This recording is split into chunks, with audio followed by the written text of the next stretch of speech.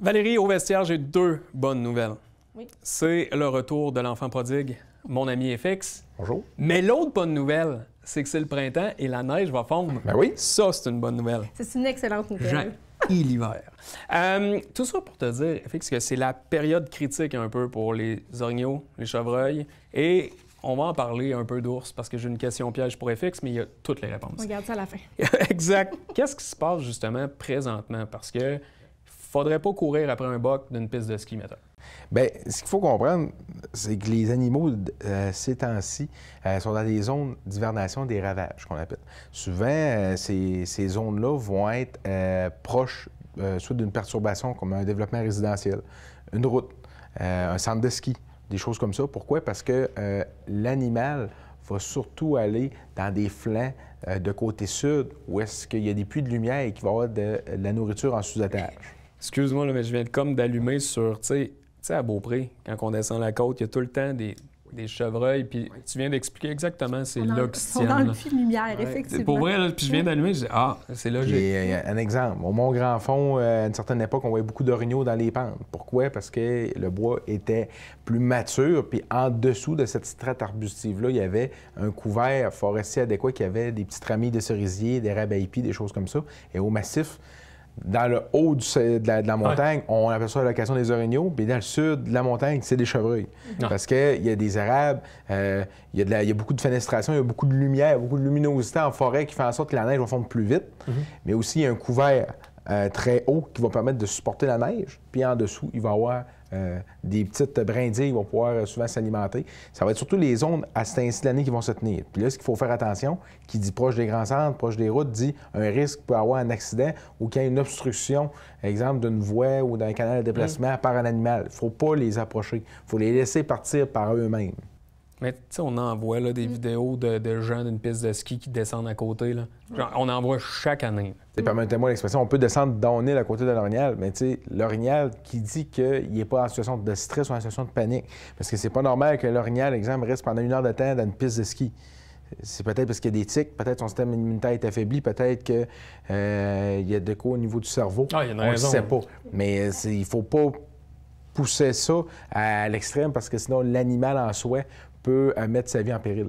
Puis tu nous parlais hors d'onde tantôt aussi avec le stress, parce que là, les femelles là, qui sont sur le point d'accoucher au mois de mai, fait que c'est pas non plus une bonne idée d'aller stresser. Excellent point, Valérie. Elle est excellente.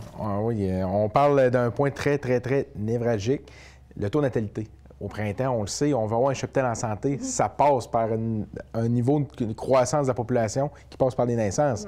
Les femelles, à Saint-Cyr, c'est important de ne pas les déranger. Tu vois des femelles, laisse-les tranquilles. Si vous les voyez en forêt, il faut être beaucoup plus passif. On est mieux de se retirer parce que la femelle a besoin de repos, besoin d'alimentation pour amener des nutriments. Ils sont déjà quand même difficiles à trouver. Bien, déjà. Et aussi pour assurer que son système immunitaire ne soit pas faible. Exemple, on est en motoneige, je croise 2 femelles dans le chemin. Que ce soit un mâle ou une femelle, on n'a pas à pousser l'animal en dehors du chemin. C'est à lui de le faire par lui-même. On ne doit pas pousser l'animal. C'est bon. Exemple, vous êtes en motoneige dans un sentier fédéré, un autre moyen, souvent qu'on va voir des animaux, poussez-les pas. Ralentissez, immobilisez-vous sur le côté du sentier, attendez qu'ils traversent. Puis attendez pas qu'ils sortent du chemin, attendez peut-être qu'ils sortent un 50, 60, 70 mètres après le chemin, pour pas qu'il y ait un risque de le revoir à nouveau. Parce que ce qu'il faut comprendre, c'est qu'un animal stressé va brûler énormément d'énergie. Plus verglaçante, de la neige, un haut niveau d'accumulation va faire en sorte souvent que le chevreuil va brûler plus de calories. Puis déjà que l'apport énergétique l'hiver est beaucoup plus faible que durant l'été avec les minéraux, avec les protéines, les vitamines, les nutriments qu'il va y avoir dans les plantes. Donc, l'apport calorifique n'est pas la même. Oui, puis vos photos vont être bien plus belles si vous restez calme sur le bord du chemin. On s'entend. Absolument. Hey, je t'ai posé une question hors d'onde, puis je veux vraiment la poser parce que c'est comme une légende urbaine dans Charlevoix. Il y a beaucoup de monde qui font de la course en forêt, puis bon, là, à un moment donné, ça va être possible. Ça pop quand, un ours? Ça sort quand de l'hibernation? Moi, j'aime bien le terme popper, là, ouais, mais... On va approfondir sur ce point. L'ours, son hibernation se fait dans une tanière. Donc, à la fin de l'automne, début de l'hiver, il va aller se localiser dans une tanière. Il va passer l'hiver là, il va dormir, littéralement. Chanceux. Oui.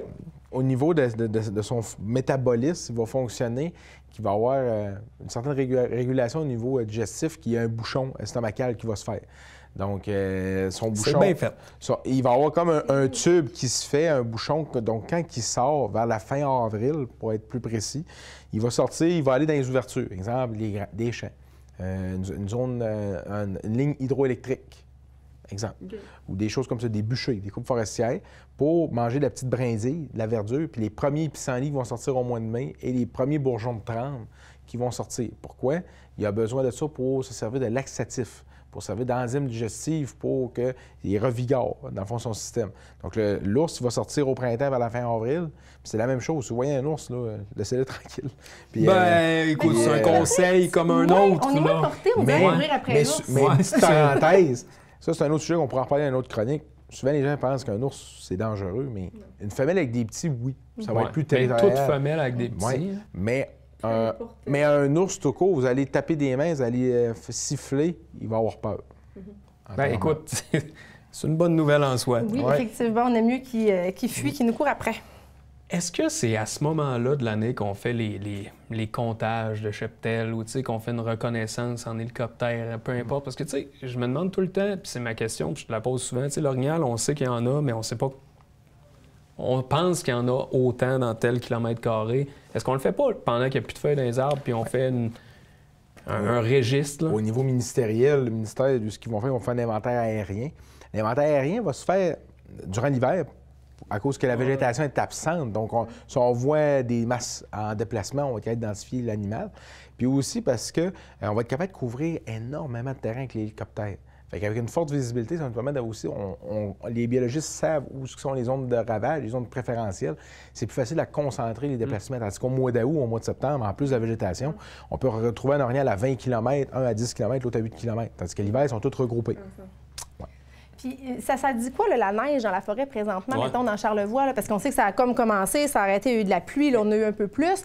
Est-ce qu'il y a quand même, il y en a beaucoup? Est-ce que ça commence déjà à fondre pas mal? C'est pas si mal. Dans l'ensemble de l'œuvre, mais j'aime mieux pas trop parler vite. Je vous explique pourquoi. Avant, exemple, cette semaine, on était au même niveau, selon moi, qu'en 2022. En 2022, on avait un hiver relativement douce, pas trop d'accumulation. Mais on a eu au mois de mars 3 tempêtes consécutives qui a permettez-moi l'expression, scrappé un peu la belle hiver qu'on avait. Donc, ça a donné des incidences négatives dans le niveau de natalité au printemps des femelles. Aussi, avec la tique d'hiver, les orignaux, ça a été dur dans la survie de l'espèce, surtout au niveau des juvéniles. Les veaux qui sont devenus des orignaux juvéniles d'1 an et demi et les 2 ans et demi aussi dans le troupeau. Parce que le système immunitaire fait en sorte qu'il est très affaibli par la tique, au niveau sanguin aussi. Il y en a encore beaucoup, Fix? Il y en a encore. Puis il va toujours en avoir maintenant avec les changements climatiques, puis aussi avec ce qui est arrivé, la grande épisode de tique qu'il y a eu en 2013 et 2017, Madame Alain, ça a été, oui, intensif, mais c'est parce qu'il y avait trop d'orignaux. C'est une épidémie qui est arrivée. Fait que là, il faut apprendre maintenant à vivre avec ça, mais il y en a moins, mais il y en a toujours. Tu as parlé de la tique d'hiver. Est-ce qu'il y a comme 2 éclosions? C'est comme le gaz d'hiver puis le gaz d'été, ça? Le diesel d'hiver, le diesel d'été. Non, mais il y a deux sortes de tiques. Comme il y a grosso modo, il y a les tiques à chevreuil. Les autres sont un petit peu moins présentes par ici. C'est ceux-là qui vont être surtout plus dangereux pour la maladie de Lyme. Qu'on connaît. Il y en a beaucoup d'exemples du côté des cantons de l'Est, du côté de Sherbrooke, la Beauce, tout ça. Du côté de la Rive-Nord, c'est dans le fond un autre dérivé de tique, mais oui, c'est la même tique. C'est juste que la fond, on va plus se concentrer sur l'orignal. Parce que le chevreuil, il va être très résistant à la tique de l'hiver, comparativement à l'orignal. C'est la tique qui n'ira pas sur un chevreuil, comparativement à un orignal qui, ici, sont très touchés. On n'a pratiquement pas entendu parler du côté de la Rive-Sud, des cantons de l'Est, Montérégie, il y a 2 sortes de tiques. FX, c'est pour ça que je suis content que tu sois de retour. Parce que tu m'en apprends tous les jours. Ça fait plaisir. Merci, FX. Merci d'avoir été là. Ça fait plaisir.